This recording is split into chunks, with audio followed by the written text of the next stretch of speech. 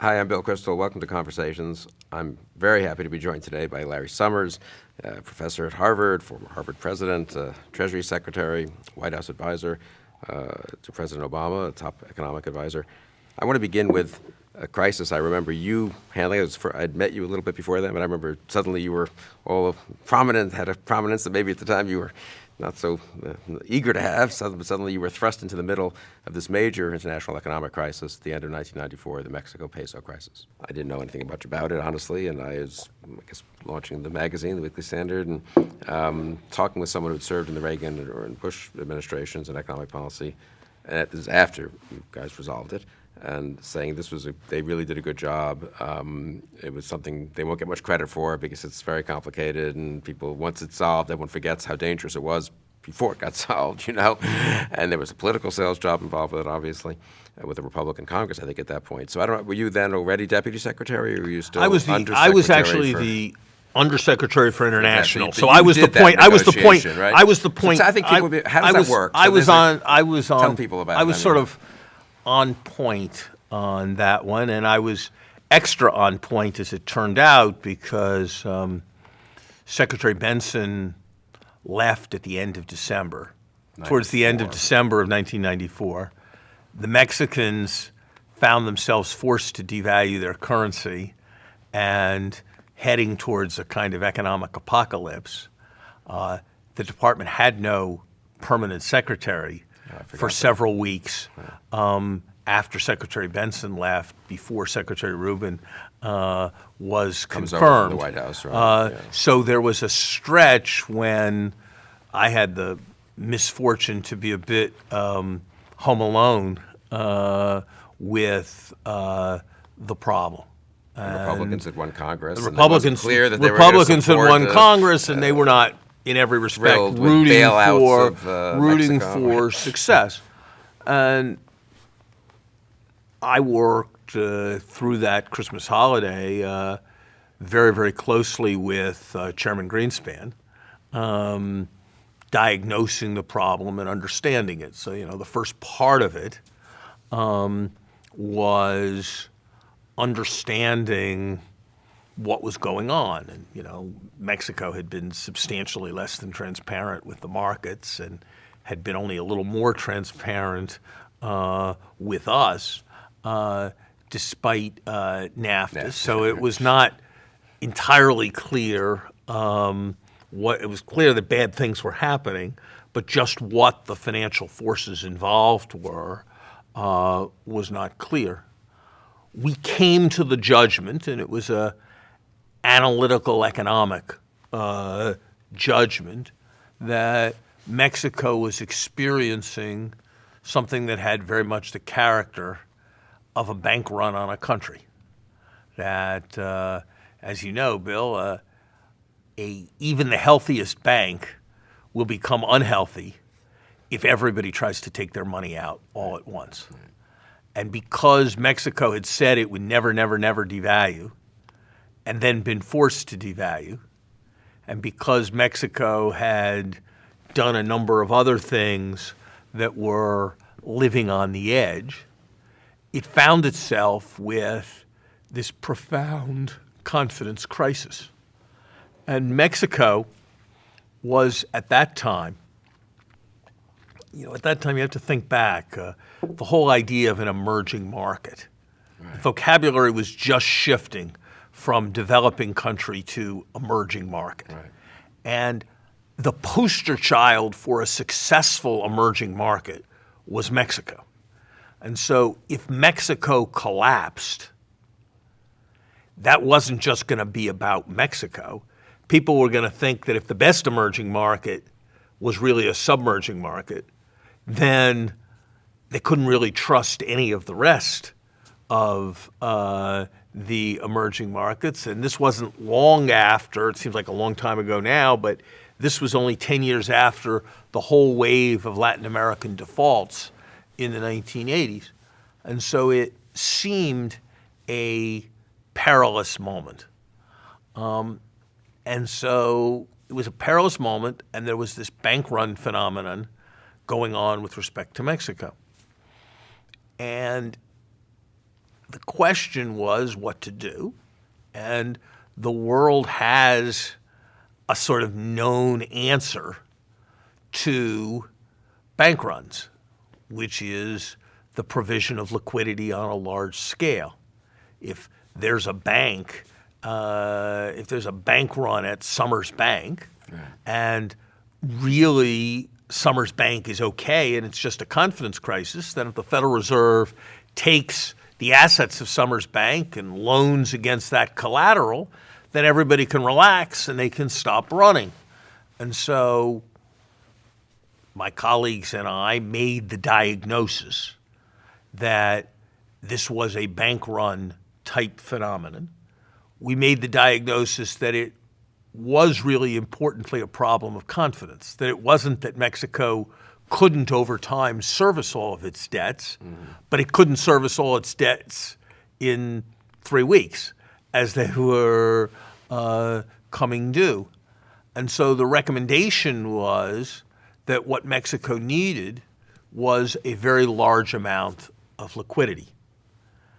Unfortunately, the amount of liquidity that Mexico needed was far beyond the then present capacity of the IMF.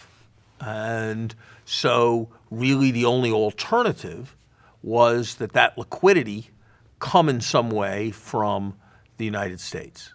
That was the conclusion that I came to, and that in discussion with Chairman Greenspan, that we came to, and as Secretary Rubin moved to becoming secretary, when we discussed it extensively with him, that was the conclusion that he came to. And, we hoped that as Mexico tried to settle its affairs and explain its situation, that confidence would return. But as with a bank run, once things are past a certain point, it doesn't really matter what the bank does. People aren't really thinking about the bank. They're thinking about the other people who are trying to get their money out. And that was the situation in Mexico. And so in early January, actually the night that Secretary Rubin was sworn in, a group of us were in the White House, called into the Oval Office, and discussed this, presented this to President Clinton. And Secretary Rubin set the stage for it briefly, and then as was his way, he turned to someone else, namely me, to explain the situation in more detail and our proposal. And I said that I felt that $25 billion was required.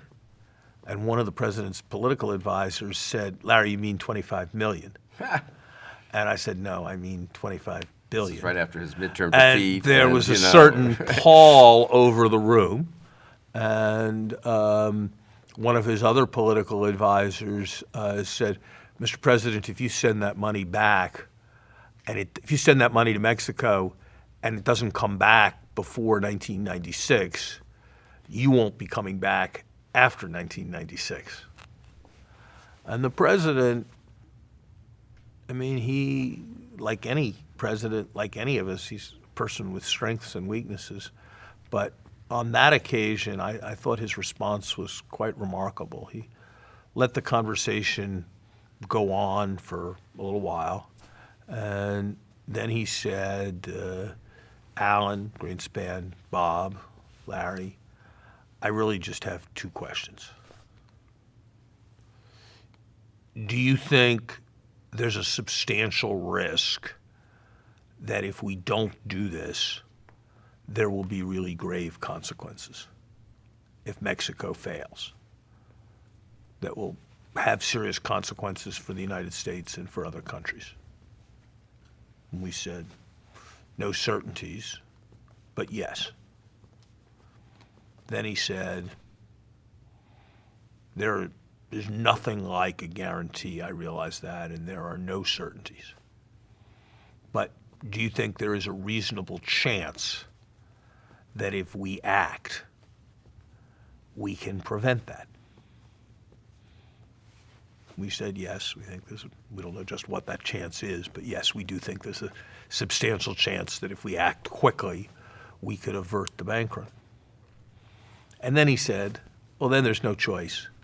No question what the right thing is. It may have political consequences, but that's what we're here for. We're here to make, on really important questions, the best decisions we can. And this isn't chicken shit. And he named some other issues that he thought were chicken shit.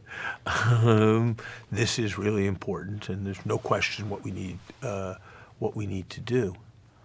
I'm going to call the congressional leadership tonight and ask them to come to the White House.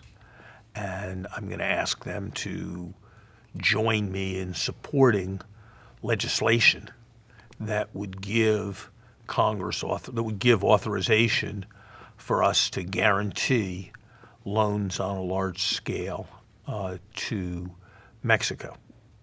And I stayed with him that night, and he placed the calls. I would say he got willing, but substantially less than enthusiastic reactions from the congressional leadership. I only heard his side of the conversations, but you could see that these were experienced political figures who were calculating. On the one hand, I can't not go along with what the President of the United States says is an important matter of national security. On the other hand, this is a substantial and risky step, and if it fails, let it not be on me. Right. And so they had modulated responses that, reflecting their situation, they attempted to do. It was a meeting in the White House the next day, and then there was an announcement coming out of the White House. What then happened was a quite disturbing stretch. It appeared immediately that if the President of the United States was for this and the 4 congressional leaders were more or less for it, that then the Congress would legislate it. But as happens, people had all sorts of ideas. Your friends, Bill, in the Republican Party didn't understand why, if we were going to lend $25 billion to bail out Mexico in its period of need, Mexico needed to continue to support Castro and wanted to impose conditions about Mexico's involvement with Cuba. Right. There were people on my side who had been dissatisfied for a long time with certain practices Mexico had towards unions, and they thought this was a good time to change those rules.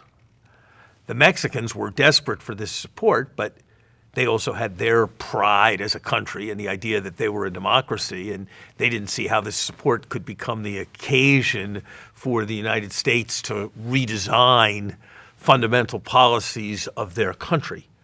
And so what ensued was a roughly 2-week period of negotiation between the Mexicans, us, the Democrats in Congress, the Republicans in Congress, with the market watching and evaluating the likely outcome every day. And the market's evaluation of the likely outcome was deteriorating almost every day. And after 2 weeks or so, it became relatively clear that it was unlikely that this legislation would pass.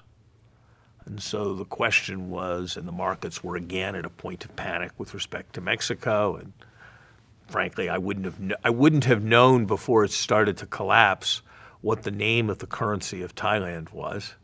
But I learned in those 2 weeks that it was the Thai baht, right, and that it was very vulnerable to what was happening in Mexico. And then the suggestion was made, and it was one we had thought about but rejected, but by Congressman Bennett, Senator Bennett from Utah, a Republican and really, in my view, a great public servant. He said, look, Congress isn't going to get there. You all have the authority through something called the President's Exchange Stabilization Fund. Exchange Stabilization Fund was designed for when the dollar was fluctuating too much against the yen to intervene to keep the dollar stable. It was not designed for bailouts of developing countries. But its language in a legal sense basically did give the authority quite broadly to the Treasury of the Secretary with, if it was a large loan, as it was in this case, the President's approval. And so the question arose, and we debated it, whether this was some kind of usurpation of congressional authority or whether, in some sense, Congress was encouraging us to do it because it wanted this to be done, but it wanted this to be done without it being its responsibility. Ultimately, President Clinton and Secretary Rubin decided to use the Exchange Stabilization Fund, and so the Exchange Stabilization Fund was announced as the vehicle. At that point, there were a lot of people saying, this is on the president's hook, and all of that. It was then our task to negotiate an actual agreement because we weren't going to give this money to to Mexico without conditions. There was going to be what's known as tranching, stages of the money, and of course there was a very difficult balance because from the point of view of the markets and the market's confidence, you wanted there to be as much money as quickly and as firmly and as clearly as possible. From the point of view of motivating the Mexicans to stop making policy mistakes and to pursue sound policies, you wanted the sense that the money was going to be delayed and was going to be contingent.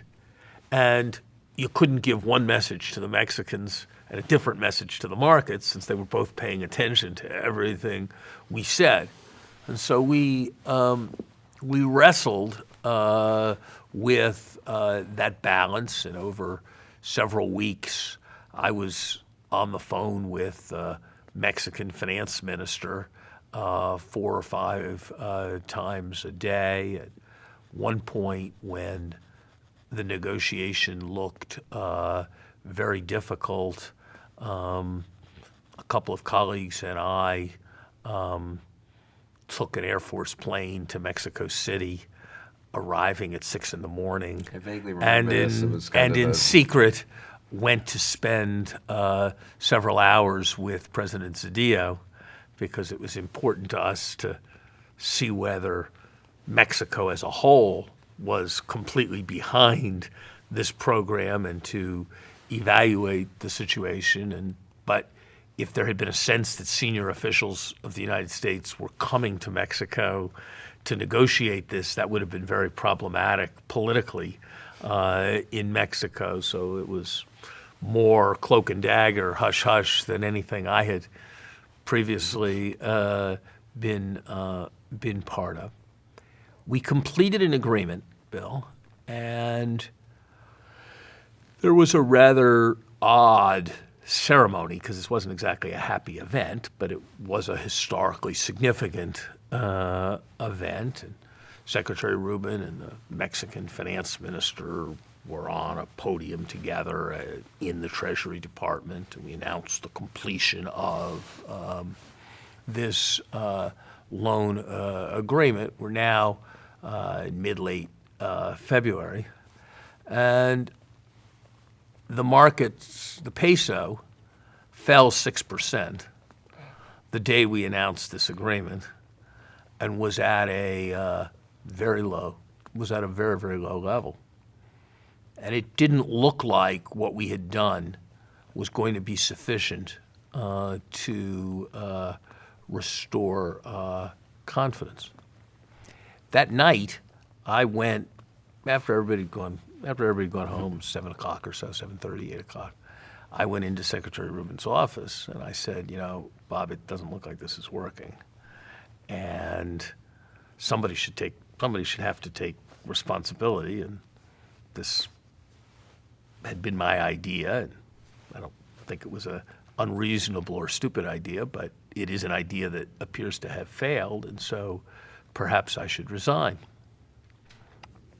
And I'm perfectly prepared to resign. I recognize that there are larger interests here. And he responded by saying that it was an admirable sentiment that I had expressed, in his view, but that many of us had been involved, including him, had been involved in taking the decision, and that there was no desire to leave me holding the bag with respect to this decision, and that more fundamentally, things took time to play out, and you didn't know what the consequences was going to be over time, and that I would be much more useful to the team if I wasn't exhausted and a little bit overwrought, and that I should go home and get a good night's sleep and come back and we'd see how things played out. Several weeks later, for some variety of reasons, some having to do with the market, some having to do with Mexico, matters turned, and the market turned, and ultimately, 5-6 months later, Mexico actually paid back a portion of the loan early at a profit to the United States. The White House political operation did not allow that event to go unnoticed, to put it mildly. And it was regarded as an important success for the administration, because a major problem had been forestalled, because the president had acted with great political courage. The loan he approved without congressional support was supported by about 9% of the American people, right, with about 80% in opposition. But ultimately, something very important happened, and it had an important effect that I think has carried forward to this day on U.S.-Mexican relations. And from my point of view, it was a sort of experience in making decisions and contributing to decision-making processes under great stress. I remember saying to a friend at the time, it feels to me like my human capital is now denominated almost entirely in pesos, and that may not be a good currency to have one's human capital denominated in. But that every story is different at one level in its particulars, but the elements that you had to understand the underlying substance of the policy, that you had to understand the various cross-cutting political forces, that at some point you had to make a decision and you had to stick with the decision, that you had to advocate the decision in as persuasive a way as you could, and that you had to hope that things broke your way. Those elements, I think, are fairly common to the experience of trying to get involved in public policy in senior positions in Washington. That's great. Sometimes they even have a happy ending. So that's Sometimes good. they do. Not always, but sometimes they do. It's such a great resume. I've got to ask you, which was your favorite job, or at least your favorite public sector job? I've loved every one of them, and I've been very glad to have all the variety that I've had, because you come to learn different things and see the world in different ways from having different jobs. But probably the thing that was most satisfying was the time I had as Secretary of the Treasury, because I really felt that I had the privilege of leading a remarkable group of people, and I had the ability to put into effect what I'd spent most of my life to that point studying, which was various aspects of economics and how economics can be used to make the world better. So whether it was working on African debt relief, or the future of the World Bank, or how the United States could handle a budget surplus, which we did have while I was Treasury Secretary, or ways in which the tax code could be made more efficient, or ways in which the customs could do a better job of facilitating trade.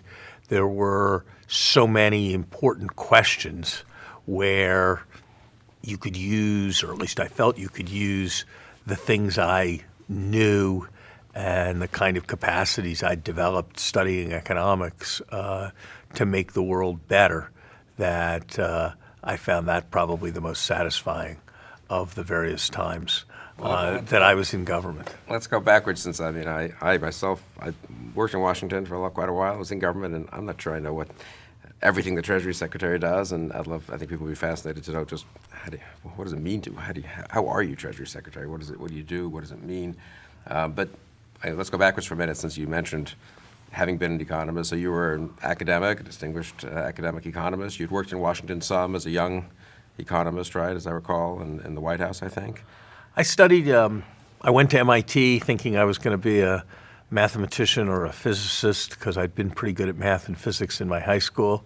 And then I saw what some real mathematicians and physicists were like, at MIT, and so I just decided that was probably not the direction for me. I also wanted to do something that contributed to making the world a better place in a more direct way, and so I was drawn to public policy, and the combination of being interested in public policy and being interested in scientific and analytical methods is what drew me to economics. I've also got a lot of economists in my family, so that may have contributed as well. I worked one summer for Martin Feldstein, and I saw that you really could figure out the answers to important policy questions by using statistical techniques, and that the results of studies could really move the world. And so I decided to become an academic economist. I studied economics at MIT, and then I did my graduate work at Harvard, taught at MIT, and then came back to Harvard as a professor, but always thinking that at some point I was going to want in some way to use what I knew as an economist. As luck would have it, when I was a graduate student, I had worked with a young undergraduate who was a great guy, but probably not one of Harvard's greatest students. And I'd been there at 3 a.m. before an economics exam or two, because it seemed like the right thing to do for him. And he ended up being Michael Dukakis's deputy campaign manager, and not being the most fantastic economics student there ever was.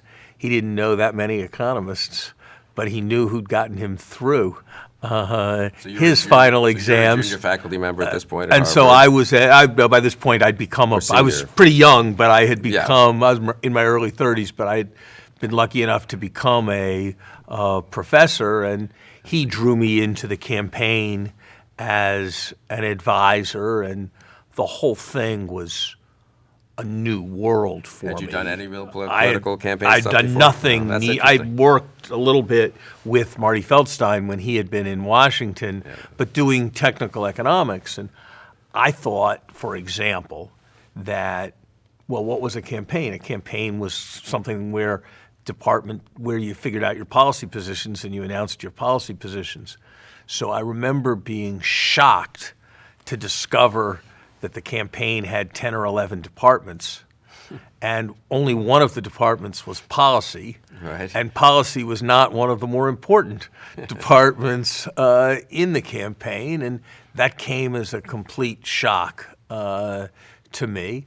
But I decided that when in Rome, do as the Romans do, and that I would probably be more useful if I listened to the political people about what kinds of needs they had from the perspective of their imperative, which was causing Governor Dukakis to be nominated or causing Governor Dukakis to be elected, and tried to be responsive with such expertise as I had to their needs.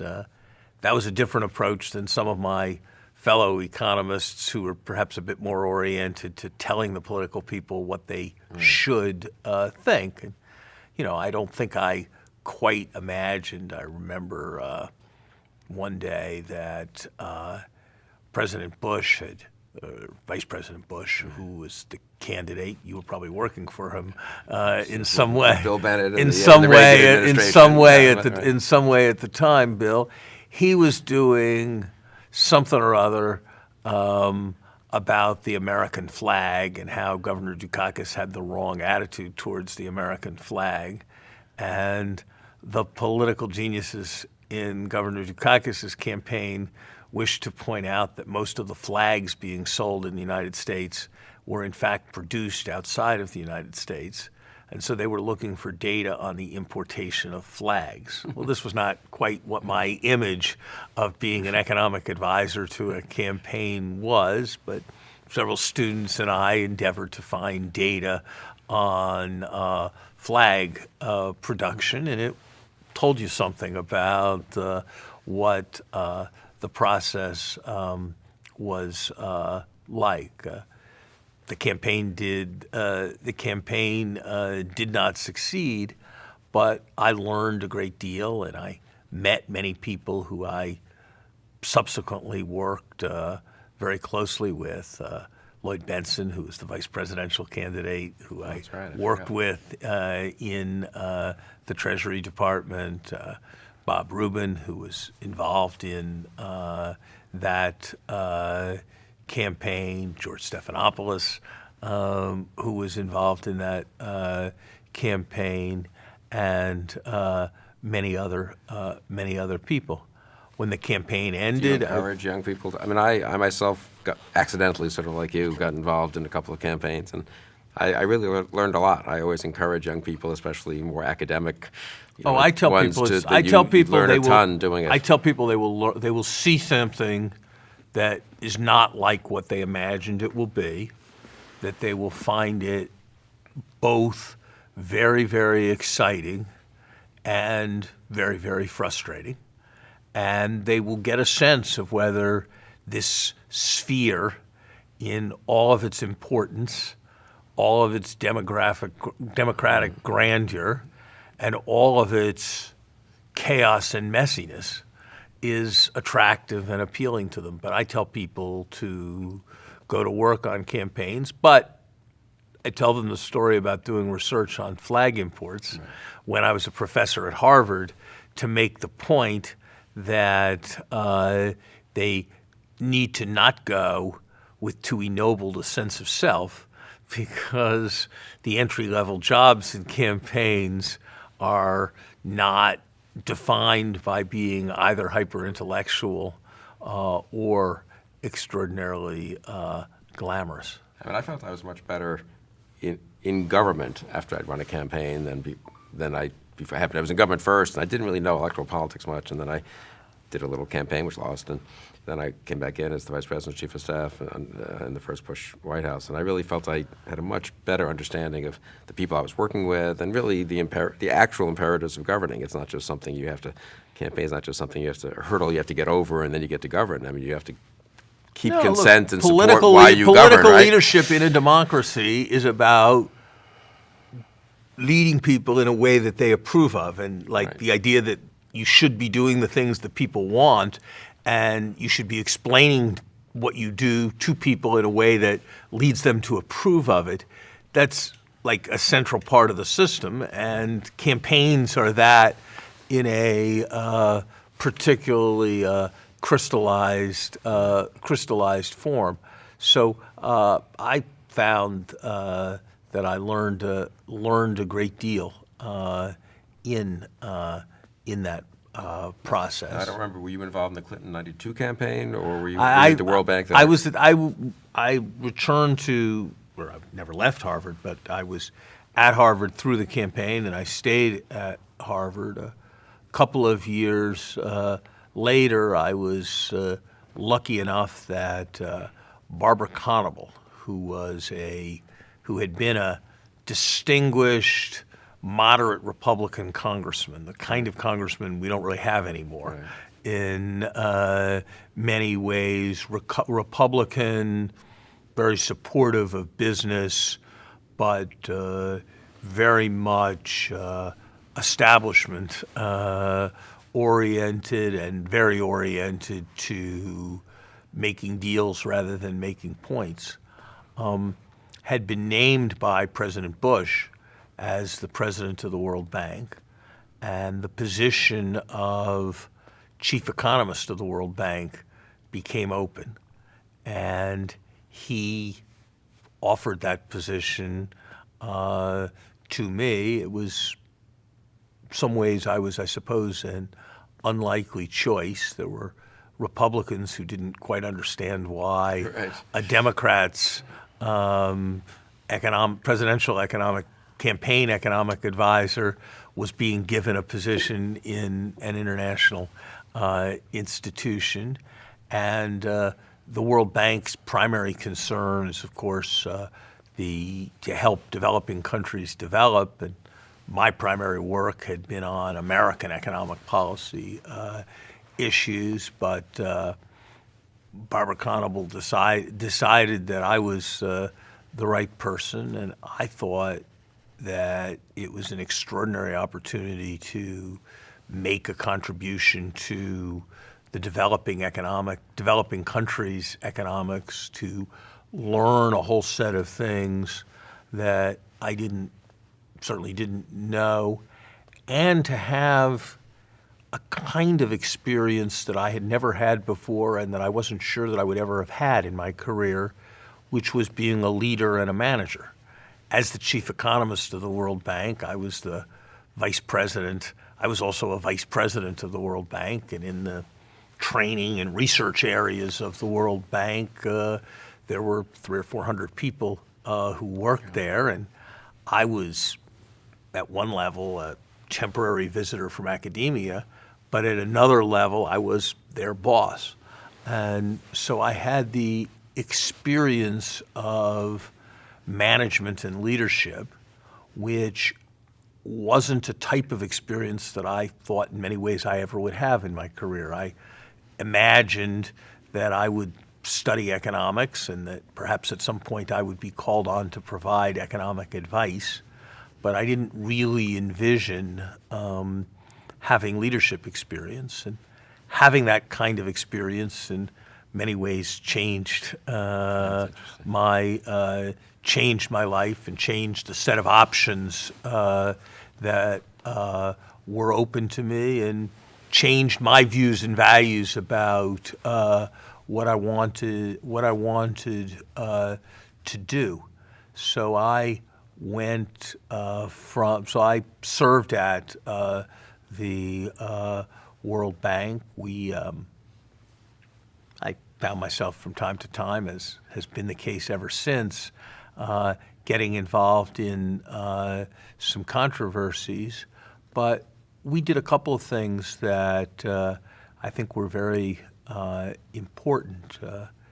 Working with Sheryl Sandberg, who now, of course, has gone on to great things at Facebook, but then had just graduated from Harvard College.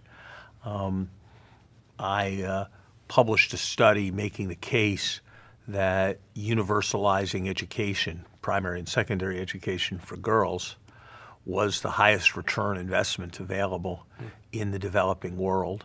I went to Pakistan to present that study, and I'll never forget the reaction to it when I presented it. On the one hand, there was a woman who asked some question but began by explaining with tears in her eyes that finally there was somebody from the World Bank saying something relevant rather than talking about liberalizing banks. On the other hand, there was a guy who said, literally, this was the kind of thinking that explained why there were so many latchkey children and juvenile delinquency in the United States, and that this was in my method of doing quantitative analysis was the kind of reason why so many people had died in Vietnam.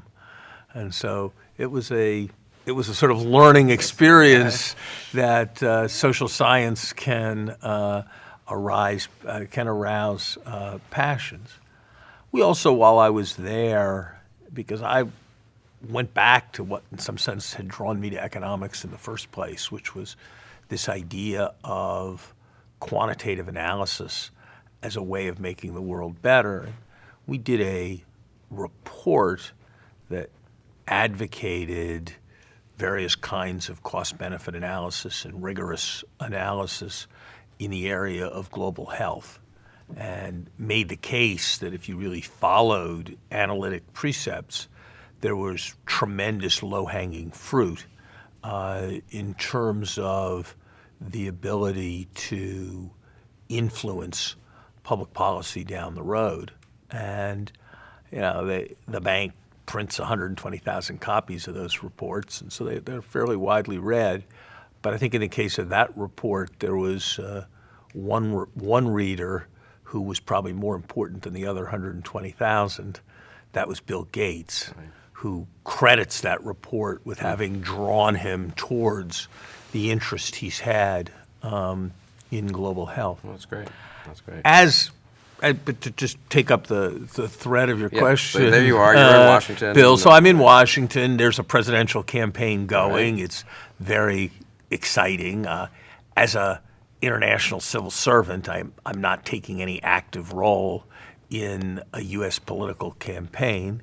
On the other hand, I have a fair number of friends, most of whom I met during the Dukakis campaign, right, who are very involved in the Clinton campaign. So I'm involved a bit behind the scenes.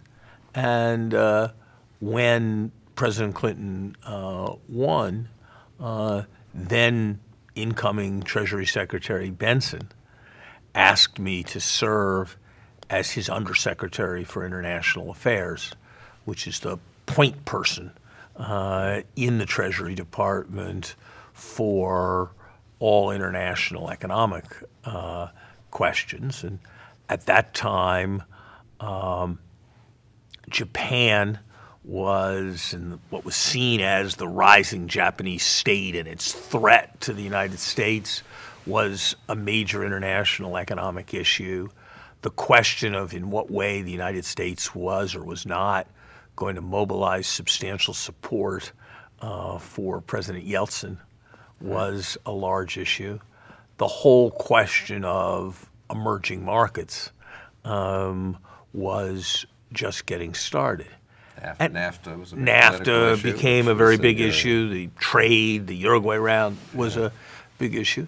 And it was a whole set of revelations for me. Now you hadn't been in the Treasury Department. To be in the Treasury Department, to be in the middle of this, to be in the middle of this bureaucracy. I mean, the way I have said it to people is, as a professor, the worst thing you could do was to sign your name to something you had not written yourself.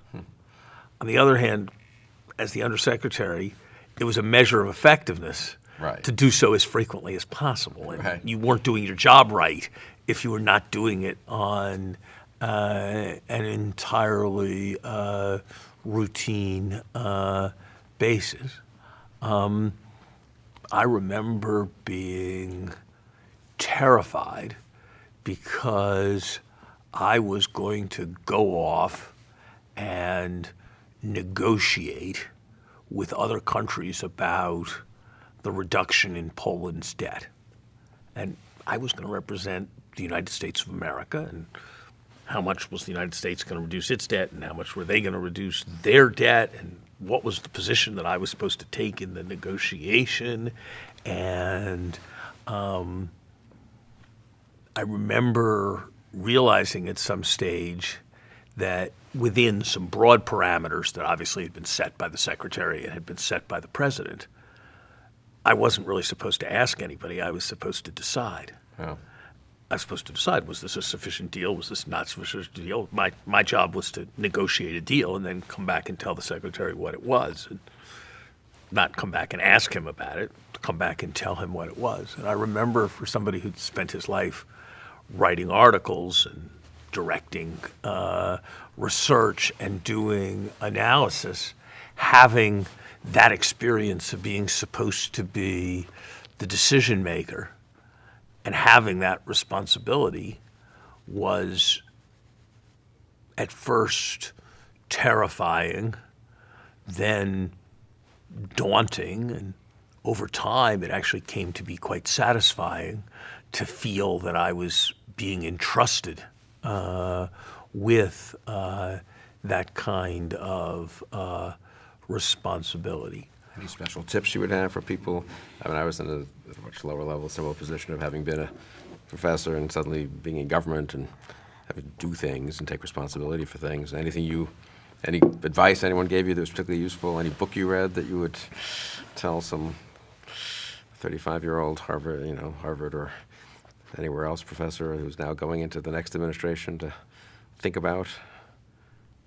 Just your own advice, your own experience? I'd say some lessons I learned, Bill, are you should maintain a very strong presumption that people are acting reasonably by their lights. And that if it seems to you that somebody's taking a position that's completely stupid or unreasonable, it's probably not because you're smart and they're stupid and you should just explain it to them. It's probably because given where they sit as part of the government of Japan, or given where they sit as part of the Department of Commerce, or given where they sit as part of General Electric, or given where they sit as a person with responsibility for getting reelected in 6 months, and that you will achieve your objectives much more effectively if you try to understand why other people are taking a position different than yours, rather than just simply tell them they should take your position and take more arguments. So that was probably the most important lesson that was uncongenial to me. That in academics, the opposite in what you do is academics, you right? persuade people with intellectual argument. And what I realized was people probably were taking positions that corresponded to their interests, and you sort of had to figure out how to make it work given their interests. That was probably the most important initial lesson learned. Second lesson I learned was you really can't do it all yourself, and that you have to do it with a lot of other people. I watched a little later in the process Bob Rubin during his time as secretary, and I realized that he more or less had a rule that he didn't do anything that somebody else could do. He was the secretary, so there were some sets And you of were things. deputy secretary at that point. I was deputy secretary. There were some things that, advising the president, signing the dollar bill, appearing and representing the department, delivering a major declaration on behalf of the Treasury Department, setting policy that only the secretary could do. But Whereas my instinct as an academic was, you tried to publish as many articles as you could and to have as much influence as you could. His instinct as a leader was to do the things that he was required to do and then try to empower other people to do all the other things. And he realized that he would have a much more effective department if it was seen as a department with a variety of highly capable people, each of whom were taking on a set of substantial responsibilities in a particular area. So the principle of empowering people was a second principle that I sort of learned through osmosis, through making mistakes.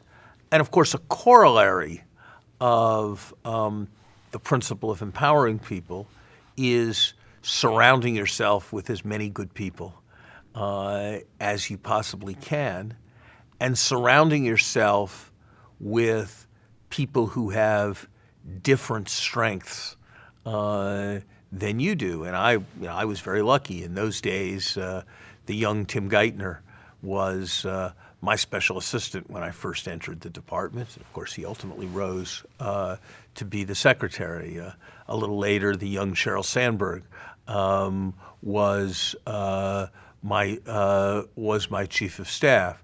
And there are many other people who were extremely talented. And so the principle that you try to surround yourself with as much talent as you can was another principle that I sort of learned. And then you try to empower people as much as you can. Treasury's a high-class department, which has already probably a considerably better than average, senior civil service. Treasury has terrific. Some of the other departments have slightly Treasury different. had a terrific senior service, but we also brought in people, yeah. a set of very talented people. And I also learned, and there were moments when I've done this with more success in my life, and moments when I've done this with less, that you want to establish a culture where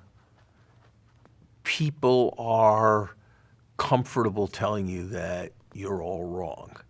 And that if you're not comfortable, if people aren't comfortable telling you you're all wrong, then you're going to make mistakes that you won't make if you're forced to confront people who are very critical of your judgments. And so we tried, and this was something that Bob Rubin really led, and I tried to continue during my time as secretary, to have a culture where anybody was free to object to anything or question anything, and to really keep at it for a long time if they felt strongly. But that once a decision was made, everybody tried to rally round that decision. And so the whole set of questions around establishing the right culture of decision-making, that was something that during my time as a professor hadn't really ever occurred to me. I thought during my time as a professor, it was a complicated issue. Should we approve the loan at the World Bank? Should we not approve the loan at the World Bank? How should we design the debt management program? These were what the questions were. And what I realized was that success in government did involve thinking well and carefully about questions like that. But at least as much, it involved establishing organizational patterns and cultures and approaches that led to those decisions being made well, and that good process would tend to produce good policy, and bad process would be much more likely to produce bad policy. And those kinds of questions were not things I had ever thought much about during my time as an economics professor. So you leave Washington in January of 2001, I guess, as a Treasury Secretary, and with a budget surplus, or at least having had a historic budget surplus, well-regarded economic policy of the Bill Clinton administration. You come back 8 years later, and without assigning blame at all to any party or administration, suddenly you're President Obama's top economic advisor. Very different circumstance. You're in the White House. You're not running a department. You're an advisor, one of the very few senior advisors to a president after a huge financial crisis. What was that like? I mean, how was the White House contrast to Treasury? How did President Obama contrast to President Clinton? Well, the biggest difference, actually, Bill, is that it's very different for the crisis to be in another country and for the crisis to be in your country. Yeah, that's a good point. And it wasn't something during the 1990s. I had worked on the Mexican financial crisis, which we just talked about. There were financial crises in Brazil. There were a set of financial crises in Asia, and that had been a central part of what I had done. But it was financial crises in other places where the United States was helping out.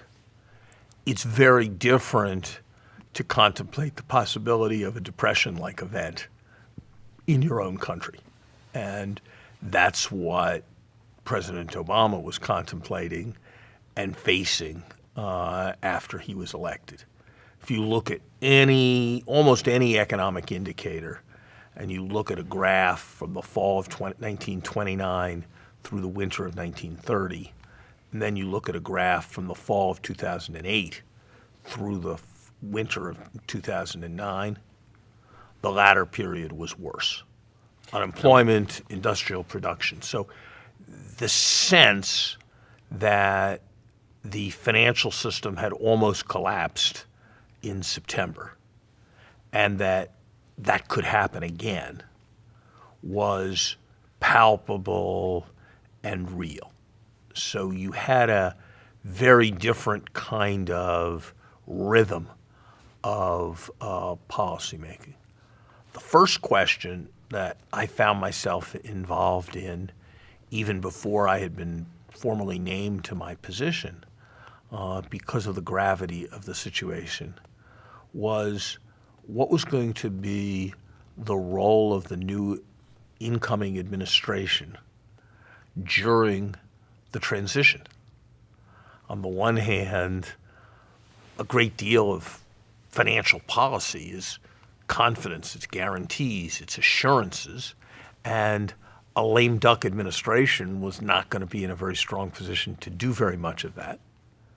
On the other hand, as we said at the time, America can only have one president at a time, and that president was going to be George Bush until January 20th. And so we spent a great deal of time being involved with, engaging with the Bush administration, with Treasury Secretary Paulson, with the members of their economic team. But what was quite extraordinary and different, I suspect, than most presidential transitions was in most presidential transitions, it's a matter of preparing to govern when it's your turn. Here, there were banks in extremis. There was, for example, it became clear that if nothing happened, General Motors would quite likely have found itself unable to pay its bills in December. And so the question was what was going to happen, who was going to take responsibility for what happened, and how was that going to play out. So that was the largest difference, that you had this ongoing financial crisis. It's also very different to be a senior White House advisor than to be a member of the cabinet. On the one hand, a member of the cabinet is the person in charge of a very large building in which a very large number of people work, with a very large staff of people who do everything from handling relations with Congress to a dozen people who handle relations with the press to a photographer who takes photographs of anything that happens in the building, who sits in an office not as large as a gymnasium, but in that direction, whereas a member of the White House staff has none of that. My office as the director of the National Economic Council and the president's economic advisor was substantially inferior in any physical attribute to my office as a professor at Harvard. On the other hand, in real estate, they say it's location, location, location. And something like that's true in politics as well. In the modern presidency, things very much radiate out from the White House. My experience was in the Treasury Department. My experience was in the Treasury Department, and we were very much integrated with the White House during the Clinton administration. As Secretary of the Treasury, I attended the White House Chief of Staff's morning senior staff meeting. We were present and involved. It felt like in everything in the White House, but that was quite unusual for the Treasury Department. Right. And there are many cabinet secretaries who go months, if not quarters, without having any personalized contact with the president, whereas as a member of the White House senior staff, you are in nearly constant contact with the president and with the president's other senior advisors. And so one has a sense of connection to the pulse of the presidency that is quite different in the White House senior staff. One has access to informal moments and connection with the president in a way that one doesn't as a cabinet member. And then, of course, President Obama and President Clinton had some things in common, but they also had respects in which they were very different. President Clinton was unlikely to begin a meeting on schedule, but he was even less likely to end it on schedule, so you were likely to get a little more than your allotted time. Mm-hmm.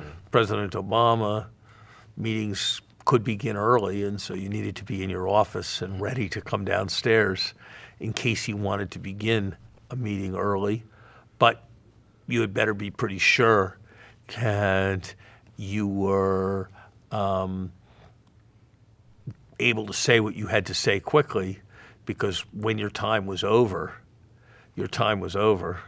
and he was going to move on. President Clinton was less than 100% certain to have read your memo, but if he hadn't read it, he would read it as you summarized it for him, and he would master it very quickly.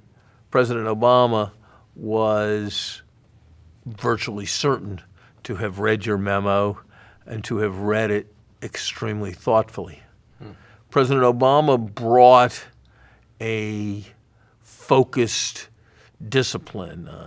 He didn't want to talk about things that the president didn't need to get involved in. If his economic advisor couldn't figure out the difference between subordinated debt and preferred stock, he certainly didn't think it was his job to help. President Clinton was prepared to try to do his job, but was also prepared to offer you a tremendous amount of advice on how to do your job. President Obama was focused on how whatever particular issue was being discussed related to the rest of the issues in his presidency and the rest of the factors that were present in any political situation. President Clinton was focused on those things, but was likely also focused on things he had read somewhere or conversations he had had at some point in the past. I remember his once telling the Secretary of the Transportation at substantial length about new developments in environmentally friendly concrete and how that needed to be considered. President Obama's approach was a more sharply focused approach. And I guess, Bill, what I learned from watching the two of them were they each had their own way, as I've tried to give you a sense. But I learned two things about leadership from watching both of them that I certainly hadn't appreciated as well before. One, and I don't think this is said often enough in discussions of leadership, is that you have to do it in a way that's true to your character. I don't think President Clinton would have been very good in doing it in the more methodical, disciplined, and focused way that President Obama did it. And I don't think President Obama would have been as successful if he had tried to be as loose and in many ways open as President Clinton was. You have to be successful as a leader, you have to do it in a way that's true to your personality and character, because things that go against the grain ultimately won't work, and ultimately they'll be inauthentic, and a sense of genuine authenticity is enormously important to effectiveness as a leader. A second thing I learned watching them, and it's something which probably the failure to appreciate it in an earlier stage contributed to some of the mistakes that I made as president of Harvard, is that as an effective political leader, goodwill is like capital. You really do need to build it up, because there will be times when you need to make decisions that aren't popular and aren't appreciated. But as with capital, there's really no ultimate point in building it up if you're never prepared to spend it. And so President Clinton and President Obama would both sometimes do the expedient thing. But they wouldn't do the expedient thing because they just wanted to be expedient. And they wouldn't do the expedient thing just because they wanted to be reelected, though they surely did. Or they wouldn't do the expedient thing just because they wanted to have a higher poll rating, though they were not indifferent to their popularity. They did it because they realized that they had to build up goodwill in order to be able to do hard but necessary things. Hard but necessary things like bailing out Mexico in President Clinton's case, to take the area where he and I intersected. Doing things like supporting the rescue of the banks, which was necessary to maintain financial stability in President Obama's case. And so that idea that politics is not some grubby necessity that interferes with the making of proper policy, but is actually necessary and integral to successful functioning in a democracy, was something that I learned from watching the two of them and the way in which they led. What's it like day to day being at such a senior level of the White House staff and such a big crisis as 2009? It must be totally, I mean, I was at the White House as Vice President's Chief of Staff, which is only a cut or two below being the top economic advisor to the President, and there were crises, obviously, at the end of the Cold War and stuff, but I didn't have direct responsibility for any of them, really. So I worked hard, but it must have been just crazy. I mean, was it sort of for the first 6 a.m. to midnight? For the first few months, it was you got in as early as you could. You got in as early as you could, and you left when you felt you needed to go to. When you left when you felt you needed to go to sleep, and there was never enough time to do all the things that you wanted to do. It was a moment when I was modestly well served by some of the lessons that I had learned during my time at Treasury, Right. as about the importance of delegation, and I tell the story of there was a meeting that would take place on Saturdays for several hours in the Chief of Staff's office to talk about the president's schedule, to which every part of the White House was expected to send a representative. There would occasionally be economic issues, but more frequently they would discuss questions that were important, but to which I didn't feel I had a great deal to contribute, like should the president do Jay Leno's show or David Letterman's show? And I didn't. It was sort of interesting to hear what they had to say, but I didn't feel I had a great deal to contribute. And I realized at a certain point that if I sent my deputy to the meeting and I didn't go, everybody would be happier. I would be happier because I'd have a little time to myself to think about economic issues. My deputy would be happier because he would be participating in an inner White House council. And the White House would be happier because when they wanted to do something that was a bit political, I would be a kind of heavy weight of conscience questioning it, probably to some excess, and that my deputy would deliver the same positions a little bit less forcefully, and perhaps that was more appropriate. And so in terms of navigating the situation, the experiences that I had had at an earlier stage, working in the Treasury Department, were helpful. I found, and this was probably especially, this is always a tension if you work in the White House, and it might have been a little bit more of a tension in my personal situation. There are two functions in some sense you have. One function is to be an honest broker and to help all the cabinet members get their views into the president and to pursue their priorities and to represent them accurately and honestly. And the other role was to give the president the benefit of your own wisdom and judgment.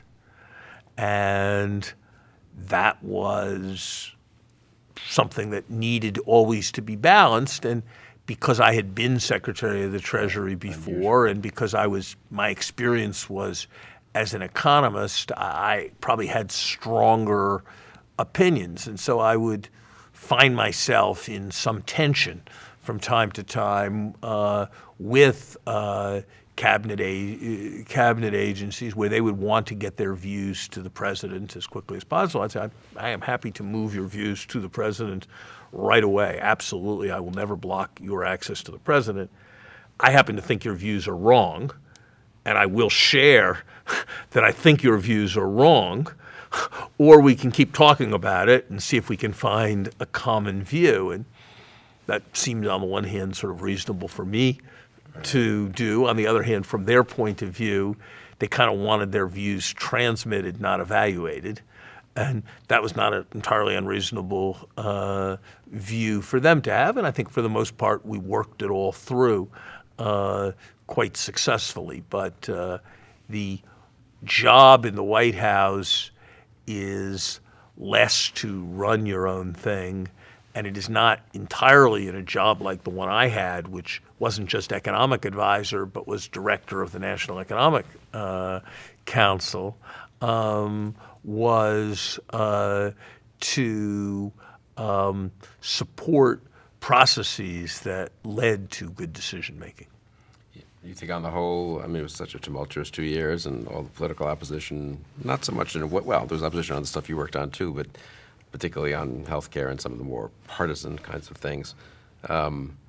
You think the country was well, I mean, do you think we can feel, as Americans, given that we had this terrible financial crisis, which maybe could have been averted, but wasn't, do you think the system worked pretty well? That is, I mean, should we feel pretty good about our I think you should. form of government and about its capacity? Look, Bill, I think you have competence? to. I'm asking that question honestly and not as a partisan Look, I think matter. you have. mean, I think you have to say that if you look at what happened this time compared to what happened after 1929, it is day and night different. and you think that is the fair If you comparison? look at, well, it may or may not be a fair comparison. I'm if you just look at asking. us versus Europe, Yeah, that's a good point. or you look at us versus Japan, I think you have to say the fact that we had the sharpest V, down and then up, since the Second World War, in the second quarter, at the end of the second quarter of 2009. I think you have to say that that is a pretty impressive and pretty good record. Now, has economic growth been everything or most of what we all would have hoped at that time over the next 5 or 6 years?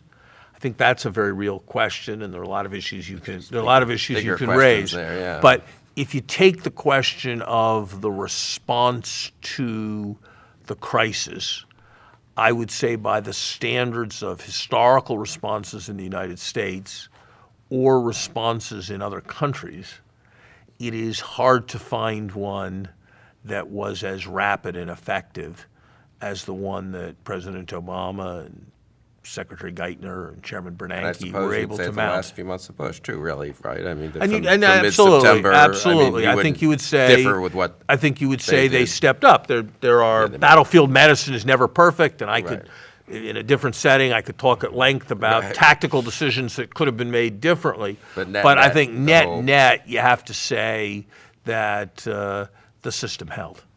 Good. Well, on an encouraging note, thank you for spending time. We'll have to continue this conversation and all the Thank other you very topics we much. could do. Good to be Thanks, with you, thanks, Bill. Larry. And thank you for joining us on Conversations.